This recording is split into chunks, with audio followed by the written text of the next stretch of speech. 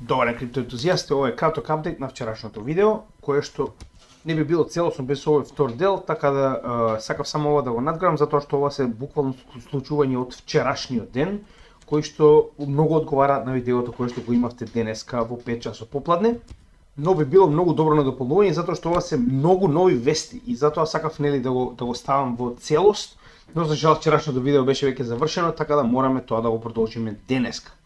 Нема да биде толку долго видео, нормално, ќе се обидам колку што можам побрзо, но едноставно некои работи мораме да ги поминеме, така да верувам дека овој дополнителен материјал ќе ви се допадне. Односно, се повеќе и повеќе станува јасна работата дека приказата со Украина е скоро завршена и дека сето ова за жал ќе се премести во Израел.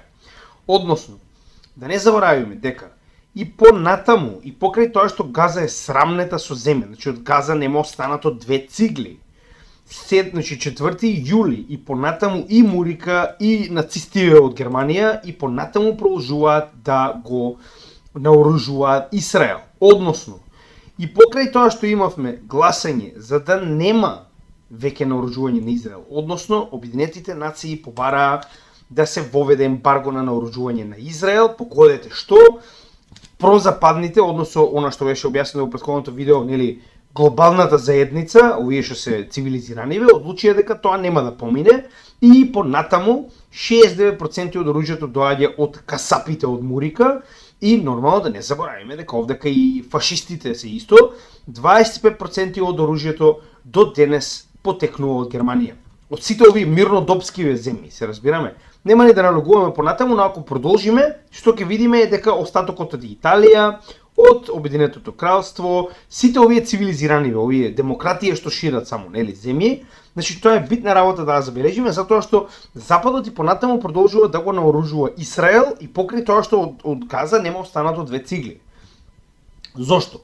Зошто и понатаму? Значи, еве, кажете ми вие според ваше мислење зошто? Еве зошто. Значи, вчера Касапов Нетањаху дојде и му аплодира кој да дошол, не знам, Цезар се вратил. Значи, моментално она што отиде да бара од Мурика е да се направи посебен тип на алијанса во стилот на НАТО, која што ќе биде исклучиво за да делува во Блискиот Исток. Да не заборавиме дека овие западниве говеда во Блискиот Исток исклаа се што можеа да исколат. 1 милион цивили во Иран. Господ знае колку во Јемен се уште не си изброени од 10 годишно ембарго практично на се вклучувајќи и храна.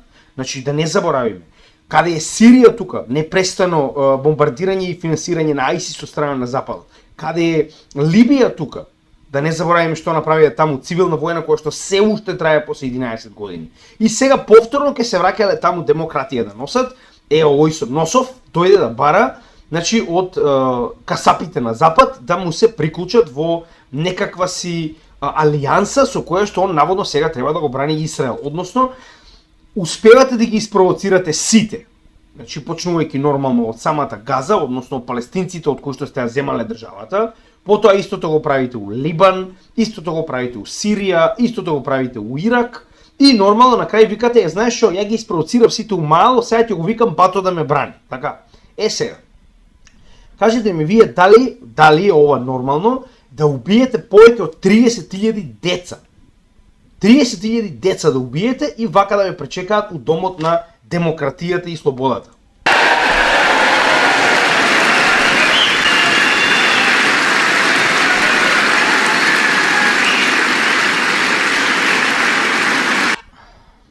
Замислете ако убил 60. Ма има време. Допрва во Либан тоа ќе биде полека. Да не подсеќа на нешто ова. Vor ihren Toren eine Millionenmasse von Angehörigen des eigenen Staatsvolkes auf das Bitterste misshandelt wird.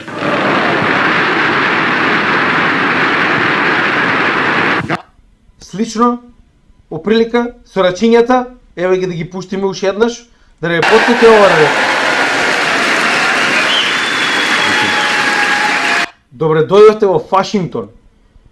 Исто така да не заборавиме, на што ракоплеска, значи повторно да ги поздравам и нашите политичари кои што се горди на фактот дека не внесоа во оваа организација на касапи. Значи не заборавајте, ние сме горди, we are NATO. Значи да не заборавиме, и СДСШ и ДПШН тој ќоравиот што ќе не носел у војна против Русија, единствената земја од Европа која што ќе праќала доброволци во Русија директно од армијата. Значи да не заборавиме господин Мицитакис.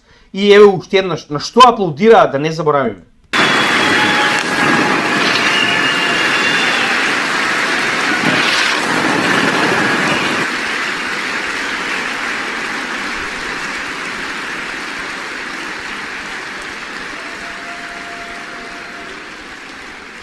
Да не ви е незгодно?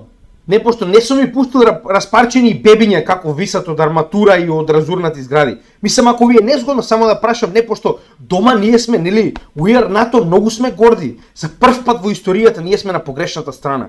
Катастрофа. И нашите политичари, па и за жал некој дел од јавноста се гордеат со ова.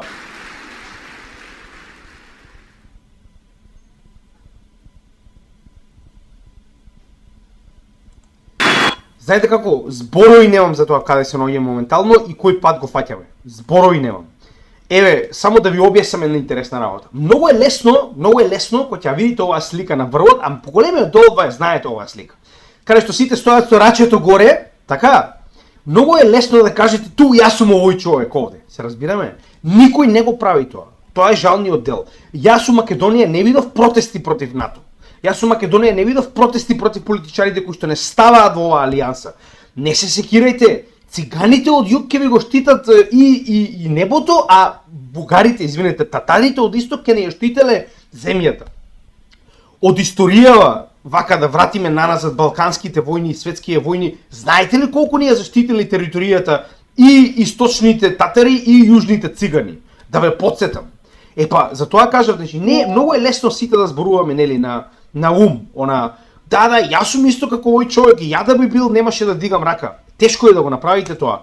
У цел овој спектакл, каде што оваа говедово, касапов на жени и деца, дојде да му ракоплескаат во Америка, во Домот на демократијата, еден конгресмен, оваа жена, која што е и муслиманка во исто време, дојде со знак дека истиот е виновен за геноцид. Но како и да е, знаете како? Кучињата си лаат, караванот си врви и ние понатаму продолжуваме по истиот пат. Проблемот е што овој пат е многу проблематичен, се движиме кон практично клисура. Значи, ова што гледате овдека е од италијански вестник, кој што е малку пред другите очигледно. Зошто е дојден тој гомнар во Америка? Еве зошто. И кога ќе ми каже некој, бе, многу си вулгарен, што да бидам, кажете ми, значи гомнава се обидуваат да направат трета светска војна. Што треба да бидам? Значи моментално се гледаат веќе блокови како се формираат. Пак ќе кажам, не сакам да бидам носачот на лоши вести, но вие гледате ли што се случува? Или треба главата у песокот и ќути? Може да ви е полошо. Доста со тоа може да ви е полошо. Мораме да бидеме свесни за тоа што се случува. Погледнете моментално. Значи, Мурика дава зелено светло за овој Касапов Нетањаху да продолжи со војната во Хезболах. Зошто е сето ова? Истото во говедо кое што моментално го води Израел во војна, повторно, во втора, доколку престане војната, ќе мора да продолжи со судскиот процес против него за корупција. Што значи дека треба да оди у затвор, овој што му капе крв од устето. Се разбираме? Значи ова што него му одговара е да има безпрекин. Значи војна без прекин, се разбираме? Со Хезболах, со Ирак, со Сирија, само за да нема причина во мирнодопски услови да се продолжи судењето против него. Дополнително да не забораваме дека допрва треба да му се суди исто така и за воени злосторства. Дополнително е тоа. Значи прво мора да му се суди за корупција, нешто што и неговите не му го проштеваат, се разбираме? Но како и да е, тоа не го менува фактот дека он отиде и си побара дозвола, си побара, нели, ракоплескање и со ракоплескање најаве што ќе се случува следно. Односно, веќе се најавува дека Израел е целосно спремен за влез во Хезболах. Ја уништија цела Газа, нема што да се прави веќе таму, се разбираме? Остана што не доубиле жени и деца. Што значи, поголемиот дел од израелската армија моментално се наоѓа на северна граница за влез во Либан, каде што Хезболах е веќе спремен за ова. Тоа е најголемиот проблем, што и едната и другата страна се свесни и спремни за она што доаѓа. Значи Sky News, прозападен вестник, кој што вели дека Хезболах е целосно спремен за војна.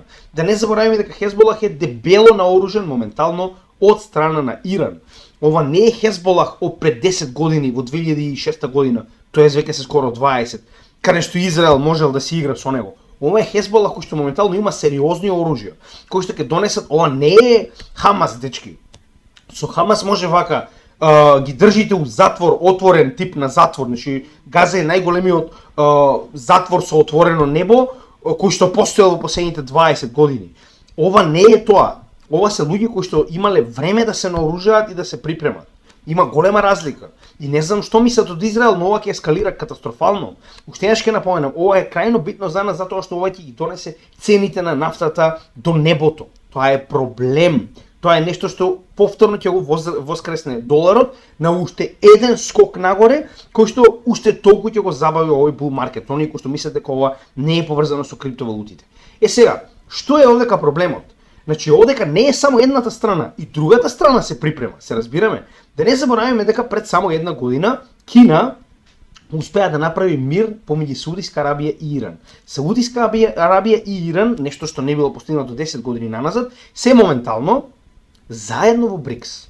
Нешто незамисливо претходно, затоа што Саудиска Арабија е лидер на суни муслиманите, а Иран е лидер на шија муслиманите. Во исто време погледнете што прави Кина. Во Бејжинг представници на Фата и на Хамас склучуваат заедно мир. Што тоа значи во оваа ситуација? Тоа значи дека претходно Израел постојано се вадеше на еден изговор. Ние немаме со кого да преговараме, затоа што уште од 70-тите години има донесено јасен план во кој што се знае која територија во Израел, во Палестина треба да биде наменета на палестинците, а што треба да биде дадено на окупаторите, односно сераторите, јудејци. Така. И они што направија? Зошто јас велам дека Хамас е творевина на Израел? Они нарочно направија Хамас да се развие во Газа со цел двата ентитети, Западниот брег и Хамас, односно во оваа ситуација Газа, да имаат различен, да речам, орган, односно различна организација која што е начело на овие две групи палестинци, кои што се практично во отворен конфликт помеѓу себе. Тоа е Фата, кој што е уствари наследникот на Јасер Арафат, лидерот на палестинците, и Хамас, кој што е нова творевина на истиот овој Касап Нетањаху. Нив тоа им одговара затоа што на тој начин они на овој договор дека треба палестинците да имаат своји ентитети, своји органи на владење кои што ќе соработуваат со израелците, кажуваат па гледате они немаат ни помеѓу себе соработка и немаат еден ентитет кој што ги представува, така да ние не можеме да направиме договор, што значи дека ние понатаму ќе продолжиме да убиваме, зимаме територии и така натаму. Но Бејжинг повторно, нели овие комунисти, овие режимов, овие гадниве комунисти, успеа да направат мир помеѓу Хамас и Фата. Наспроти тоа што им одговара на Израел и на останатите од Западот. Така, повторно Кина, исто како Саудиска Арабија и Иран. Кој е овдека за мир, а кој е овдека за војна? Прашете кај вас политичарите ќе ви објаснат. Мицитакис гледам дека многу добро ги разбира овие работи. Сега, каде води сето ова? Да се разбереме, блоковите моментално се видливи, се разбираме. Значи моментално е повеќе од јасно дека целиот арапски свет е на страната на истокот, вклучувајќи ги Русија, Кина, потоа и мали држави како да речем Северна Кореја и така натаму, но се доста битни.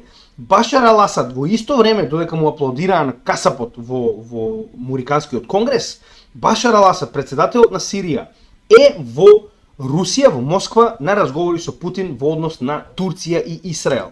Да не забораваме дека исто така на Израел и на Западот не им одговара Турција да се смири со Сирија. Затоа што смирување на северната граница на Сирија и враќање на Курдистан назад во Сирија и враќање на трупите на Турција назад во Турција, кои што сега нели прават тампон зона, пошто и турците се исто така многу цивилизирани, знаете дека они никогаш не земале туја територија, прв пат се случува, така. Значи они имаат земено 40 километри по границата на Турција тампон зона за заштита. Во исто време исто како муриканците крадат нафта. Ако тоа се случи, Сирија ќе може многу поголем дел од својата војска да ја стави на источната граница, во оваа ситуација на американскиот окупиран дел, и на јужната граница, односно на Израел. Така да ова е крајно непогодно за Нетањаху и за Западот. Во секој случај, еве ги, Путин до сега докажал дека целосно е позади Сирија и дека ќе остане на истото и дека Русија има своји воени бази во Сирија. Ова е, значи, повеќе од компликација. Се разбира, значи ова веќе доаѓа до ситуација каде што потенцијално една грешка може да го дигне целиот овој блок во војна, и тоа не зборуваме само на локалните сили, зборуваме на многу поголем капацитет на војна. Односно, веќе е повеќе од јасно дека постои врска помеѓу овие 4 сили: Кина, Русија, Северна Кореја и Иран. Северна Кореја, иако е мала, станува збор за нуклеарна сила, станува збор за една од најголемите машинерии за оружје, да ви биде јасно. Затоа Русија купува од Северна Кореја, затоа што Северна Кореја само тоа произведува, се разбираме. Која е поентата? Ваквата оска која што моментално ја гледаме, иако можеби не е активна воена соработка, зборуваме како алијанса, тоа не го менува фактот дека они помеѓу себе соработуваат одамна. Значи, знаете и сами дека поголем дел од дроновите, оние посебно шахи дронови кои се користат, кои се крајно успешни, доаѓаат од Иран во Русија. Исто како што моментално Русија купува од Северна Кореја, како што Иран соработува со Северна Кореја и Кина и така натаму, оваа оска е повеќе од јасна. Што значи дека Копито што дошло овдека, дошло со јасна намера да побара друг блок кој што ќе се фокусира на Блискиот исток. А во исто време гледаме дека тој блок е веќе реален. Значи, тој блок е веќе тука. Значи, еве ги, одма ќе видите Мурика, Германија, Италија, Обединетото кралство. Ништо ново. Истите актери. Сега, каде се тоа се движи? Значи, ова е последниот дел кој што треба да го разбереме. Јас искрено мислев дека има најдобра намера тоа што го прави Трамп моментално за да прекине војната во Украина, да не забораваме дека уште пред една година најави што ќе направи кога ќе дојде на власт. This. I will end that war in one day. It'll take 24 hours. I know Zelensky well. I know Putin well. I would get that ended in a period of 24. You can break that deal. 100%. It would be easy. That deal would... Значи, уште 2023 година он кажа дека моментот кога ќе стане председател се знае. Затоа е 4 часа завршува војната во Украина. Сега, вчера испадна второ клипче каде што он и неговиот потенцијален заменик председател кажа нешто од овој тип. Она што јас го зборував наназад, ако се сеќавате дури како за ебанција го имам кажано, сликата на Наполеон, па сликата на Хитлер и следна ќе стои сликата на Бајден. Еве, драги господа, кажано од следниот председател на Мурика. President Zelensky called me and we had a good talk and I said we got to get this war over. This is a war machine. You're facing a war machine. That's what they do, is they fight wars. They beat Hitler. They beat Napoleon. They're fighting a war. And the spring offensive never happened. And I hear they had millions of mines put down. And they... Значи, појасно здравје. Тоа што ние го зборуваме на каналов година дена наназад, сега Трамп им го каже буквално 20 секунди. Значи, вика, моментално Украина се соочува со една огромна воена машинерија. Вели, тоа е се што прават, водат војни. И во исто време, вели, го победиле Наполеон, го победиле Хитлер, знаете каде се тоа се движи? Јасно е каде се тоа се движи.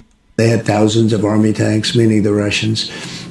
And I said, we're going to get this war over with a lot of Russians being killed, but a lot of Ukrainians being killed. It's a whole mess. Should have never happened. Biden should have never allowed this to happen. This was an easy stop. This was zero chance of happening. And President Putin would have never done it. Never, ever.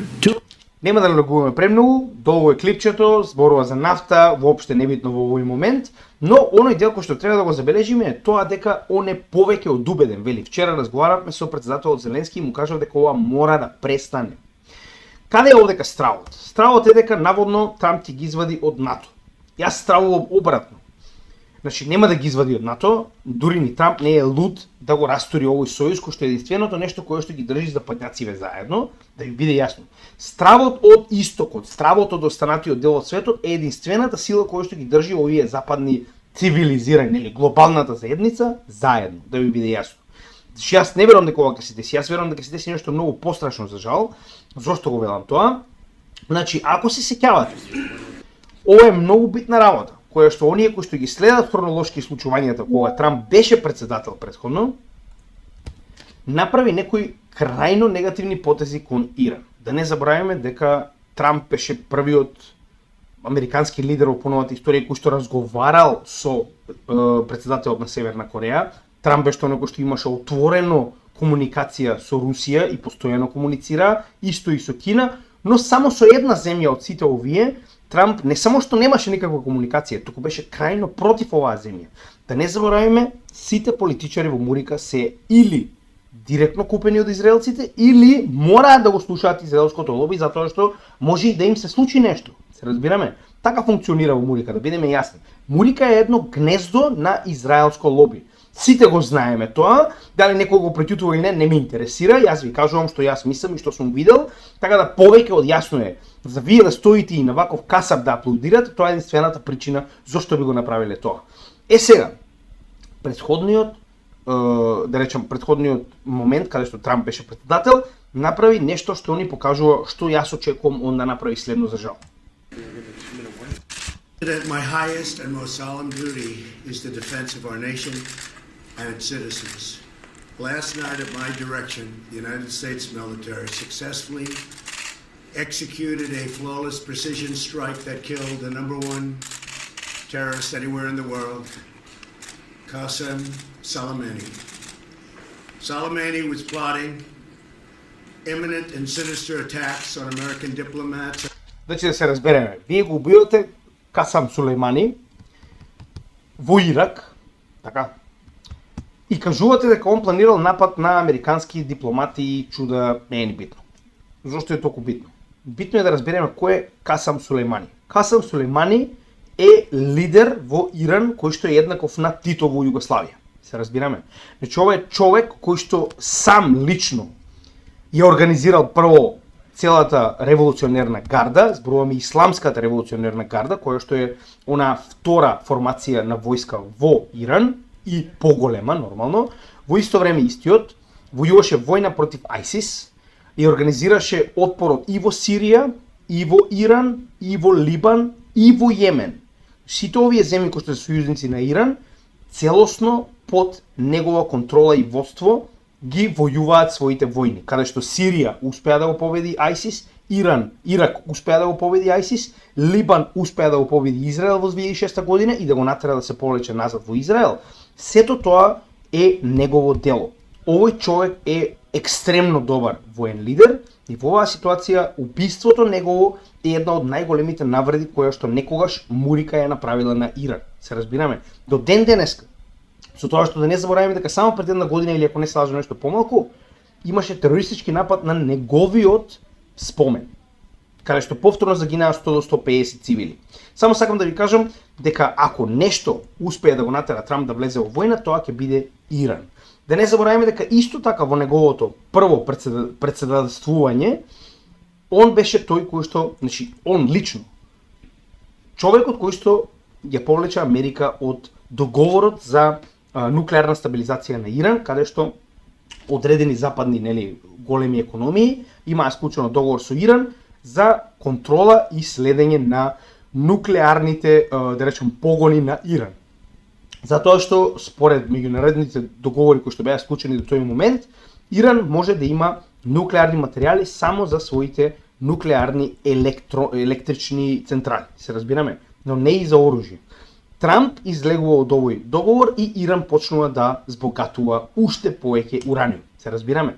Така да, овие две работи мене ми кажуваат дека е голема веројатноста дека во оваа ситуација ќе добиеме тоа што сите страхуваме. Дури и Трамп да победи на следните избори, ако победи Камела Харис, сите знаеме што ќе се случи, дури и Трамп да победи на следните избори, јас верувам дека ќе биде многу про војување против Иран.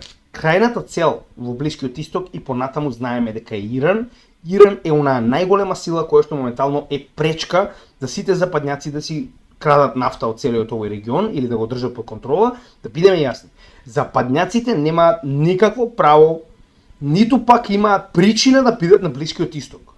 Милиони цивили се убиени за тоа што они и понатаму сакаат, да имаат контрола над нафтените извори, кои што, како што кажавме, 40% од производството на нафта потекнува токму од овој регион, каде што голем дел од тоа е произведен во Иран.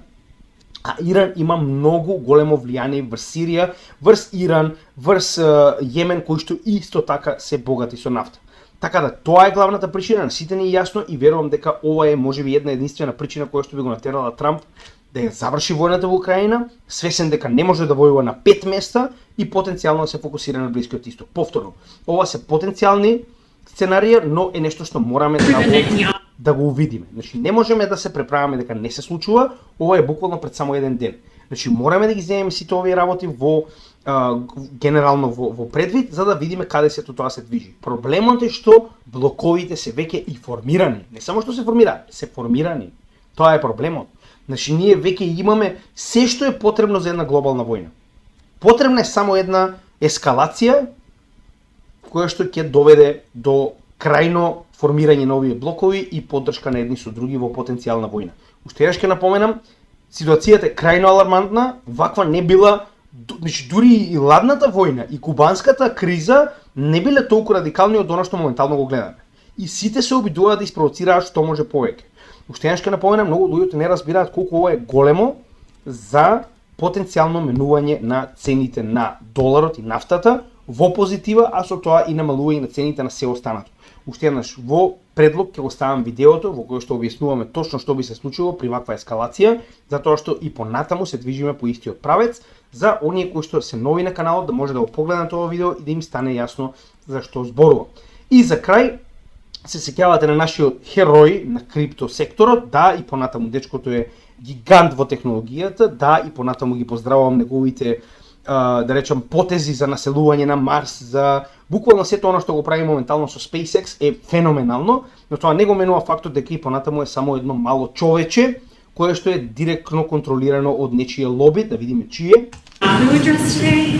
I am. You plan to attend? I do. And whose guest are you? Stephanie Miller. Okay. Господинот Слобода и се бориме за права и еднаквост, моментално вика јас сум специјален гостин, вика на каса под Нетањаху. Погледнете, значи ова е 24 јули пред 2 дена, односно дечкото си седи и си слуша што има да каже Нетањаху, после и ќе аплаудира, да не заборавиме, но само сакам да ви покажам дека господинот со светнатите очиња, значи уште еднаш јавно морам да го кажам ова, затоа што многу од луѓето можеби не го знаат, посебно оние кои што се нови во крипто, претходниот bull market господинот Маск го сјеба и тоа многу добро. Значи истиот беше еден твит, два твита, три твита, биткоин е одличен, вака, така, нака, зашто да се случи? Моментот кога ударивме 70.000, дечкото излезе и каже, и тоа замислете колку глупа од негова страна. Он лично поседува биткоин, Тесла поседува биткоин и SpaceX поседува биткоин. И дечкото излегува на среде bull market и кажува, ќе престанеме да продаваме Тесла со биткоин затоа што биткоин не е доволно зелен. Дечкото е зелен, значи треба да бидете зелен во главата за да направите такво нешто среде bull market и нормално цената се преполови на биткоин, стигне до некои 40.000, за потоа да чекаме 3 месеца за истата да се врати повторно горе, значи буквално еве кој е крив за тоа што претходниот bull market немаше солиден скок сличен на 2017-2018 година, така да дечко може да си ги изгасиш очињата, ќе те замолам, значи уште еднаш запамтете го. На крипто лидери не му се потребни. На крипто не му се потребни херои кои што ќе го промовираат. Не. Крипто има се што му е потребно. Децентрализација и технологија од следниот чекор на развој на човештвото. Тоа е се што ни е потребно. Херои не ни се потребни, верувајте ми. Да, можеби учители, но херои немате потреба, водачи никако. Тоа е поентата на крипто, децентрализација. Од херои сме до тука стигнати. Од јас сум за овој, ама ти си за тој. Од тој момент сме до тука стигнати, се разбираме? Така да тоа е се што имаме за денеска, се надевам дека уживавте во нашето видео. Нема да должам повеќе со оглед на фактот дека и ова видео е половина час, но како и да е, ова е нешто што морав да го доставам до вас, затоа што е нешто што потенцијално може да ескалира дури и во следните неколку денови. Никој од нас не може да знае, но ова е нешто на кое што мораме дебело да обрнеме внимание, затоа што уште еднаш ќе напоменам, погледнете го видеото во предлог во однос на потенцијална криза на Блискиот Исток и ќе ви стане јасно колку е ова голем проблем. Секој е добро, се гледаме во следното видео и поздрав од Крипто Гемиџи.